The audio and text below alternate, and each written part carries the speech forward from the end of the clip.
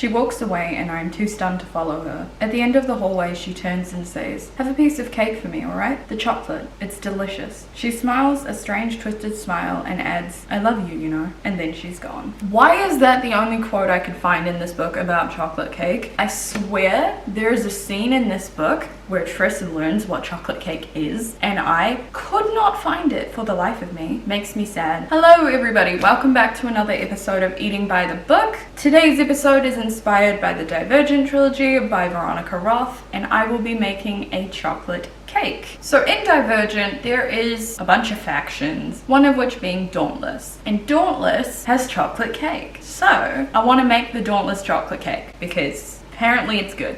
Today I will be following another recipe from inliterature.net, and you will be able to find it linked in the description below because maybe you want to make this yourself. I don't know, but it'll be there. So this is the recipe called Dauntless Chocolate Cake. Now this is like a chocolate malt cake as opposed to just a pure chocolate cake. So I'm interested to see what it ends up tasting like. There's about a bazillion ingredients in it, so this will be fun. So the first step is to preheat the oven.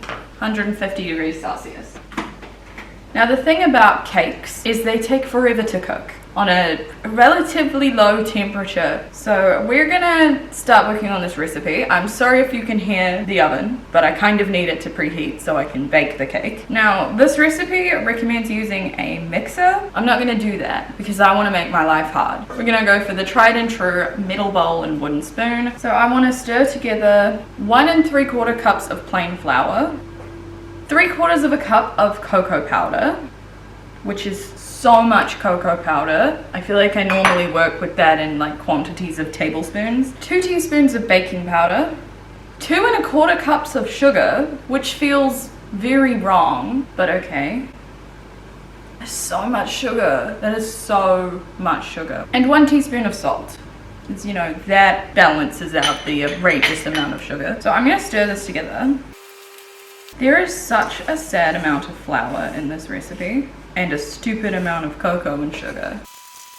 When it comes to cake and like brownies and stuff, I'm not very good at making them from scratch. Those ones I tend to make box mixes, which I know is awful, but I've just yet to find good recipes to make from scratch. So I guess we'll see how this goes. I'm not really sure why you would want to do this in a mixer. Wouldn't it just fly everywhere? I think that's pretty well mixed. It looks like box cake mix now. Ooh, smells like cocoa. What a surprise. In a glass bowl, which is convenient because that's how I measure my ingredients out, I need to melt a cup of butter, all right?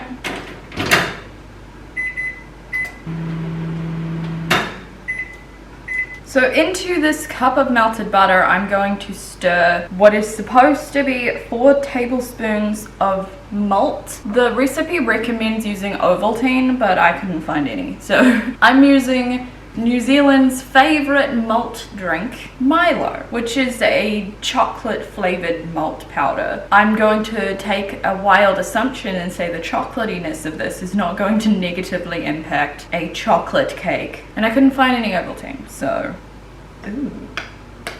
I think I'm trying to dissolve it. Stir in the Ovaltine until combined. Okay, well, I'm not using Ovaltine, but yeah, I'll stir it until it's as dissolved as it will become. This looks absolutely disgusting. And it smells really weird.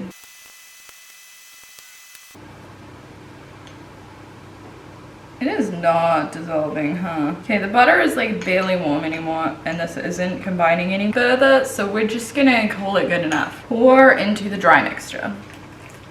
Then I want to add the milk, eggs, oil, and vanilla. So, hold on. That is 1 cup of milk, 3 large eggs, 1/4 cup of vegetable oil. I'm using canola because that's just what we had, and 1 teaspoon of vanilla essence. Now this recipe, interestingly, doesn't actually tell me to mix it together, but I'm going to assume I don't want to pour this into a baking pan. So, oh, this looks weird. The other thing to know about cake mix is it's usually pretty wet.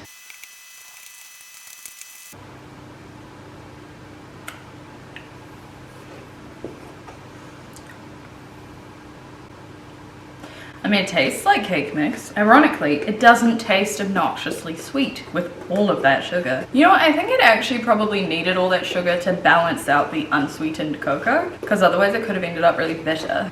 Okay, I'm sick of stirring, so I'm gonna call this mixed enough. Then it says to oil a pan. So I'm gonna take my pan. Now I'm actually using a springform pan for the first time in my life, so that's gonna be interesting. I'm gonna get some butter and I'm going to just essentially draw it all over the base and the sides of the pan where this cake is going to be touching. The idea is that this stops the cake sticking when you try to get it out of the pan. Okay, that's the bottom piece.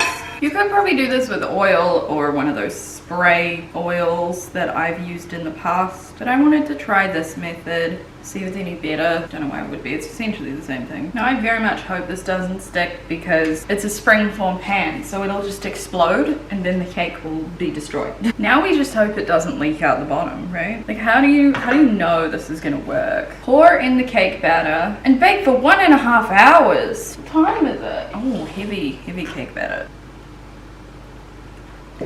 It looks a little lumpy, and I think that's from the Milo not dissolving properly, and that's me, not the recipe, because the recipe didn't even want me to use Milo, so that's my own fault. But I also don't really care, so like if I get raw chunks of Milo, that's not really the end of the world. So many people eat Milo raw on purpose. It's not gonna be bad for me, and it's not gonna taste awful or anything, so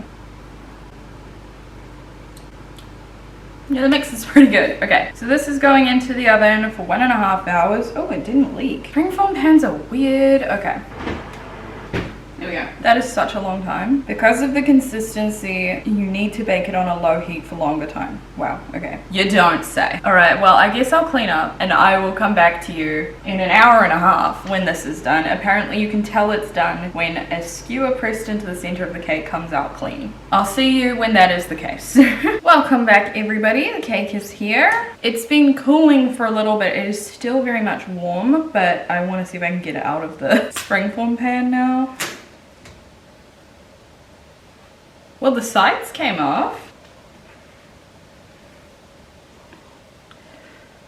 Oh no.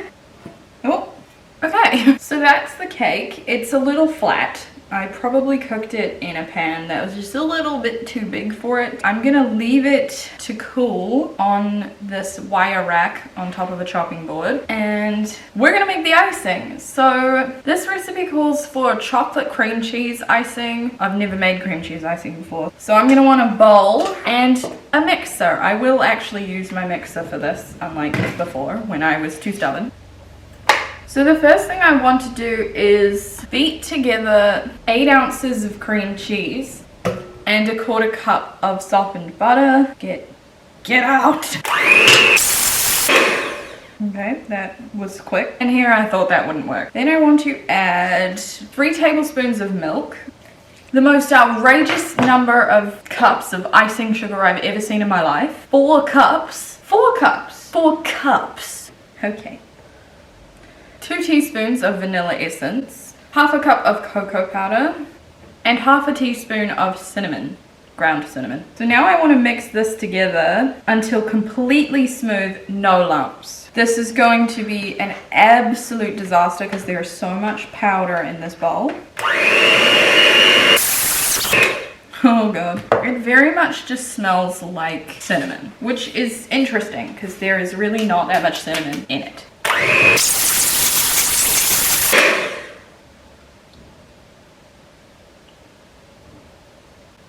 Now the problem is, the cake is very much still warm. You don't want to ice a warm cake because the icing will melt. We shall let this finish cooling. Look, there's like a wet spot where it's been sitting from the heat. I will come back when the cake is cool enough to ice. Okay, I'm back. The cake is still a little bit warm, but it's a lot cooler. I think it's cool enough to ice. I don't have a fancy icing tool, so I'm using a butter knife.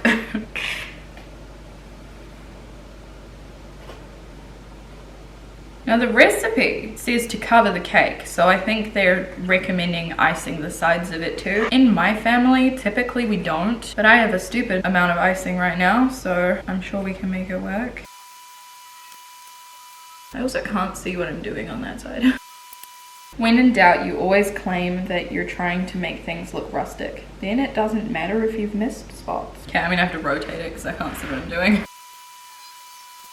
What am I supposed to do? Like, I'm finished, it's iced. What am I supposed to do with all of this excess icing? I could ice like 3 more cakes. So I have an outrageous amount of leftover icing that I don't know what to do with. That's fun. But other than that, I finished the cake. It could be better. I've got a surprising amount of icing on the chopping board. I guess I need to try this. So this is the end result of what this cake turned out like. I think it looks pretty cool. It didn't fall apart when I took it out of the spring pan thing, so I'm gonna call that a success. I suppose we won't really know how it turned out until I cut it. Is this when we find out I didn't actually cook it for long enough? Can you imagine how upsetting that would be? Give me my piece of cake. Got a cake fork.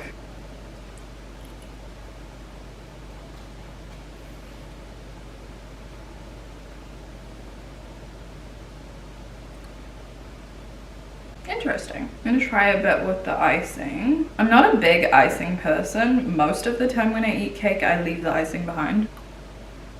That's a pretty good chocolate cake. Is it the best chocolate cake I've ever had? No. But there's like a warmth to the flavor that chocolate cake doesn't normally have from the malt, and also a little bit from the cream cheese and the icing. It's definitely not a sickly cake. It's not too rich. It's not too sweet. It's quite like a, I want to say like a comfy cake, but that doesn't make sense. Yeah, that's good. I like this cake. Oh, okay.